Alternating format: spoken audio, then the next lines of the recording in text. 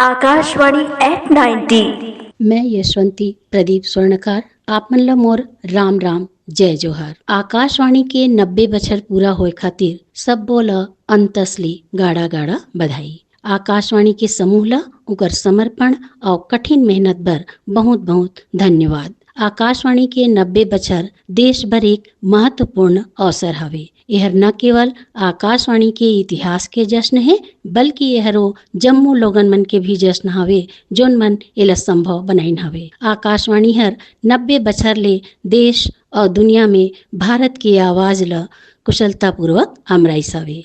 आकाशवाणी भारत के एक प्रमुख प्रसारण सेवा हवे। शानदार 90 बछर पूरा करली से यह एक महत्वपूर्ण उपलब्धि हवे और ई अवसर में हम आकाशवाणी के जम्मू कर्मचारी और हितधारक मन ला अंतर मन ले बधाई देथन। यह सूचना शिक्षा और मनोरंजन के क्षेत्र में भी महत्वपूर्ण भूमिका निभाई से। आकाशवाणी के 90 बछर पूरा होए के उपलक्ष्य में हमन ला मिल के ये महान संस्था के भविष्य बर शुभकामना देना चाहिए। धन्यवाद।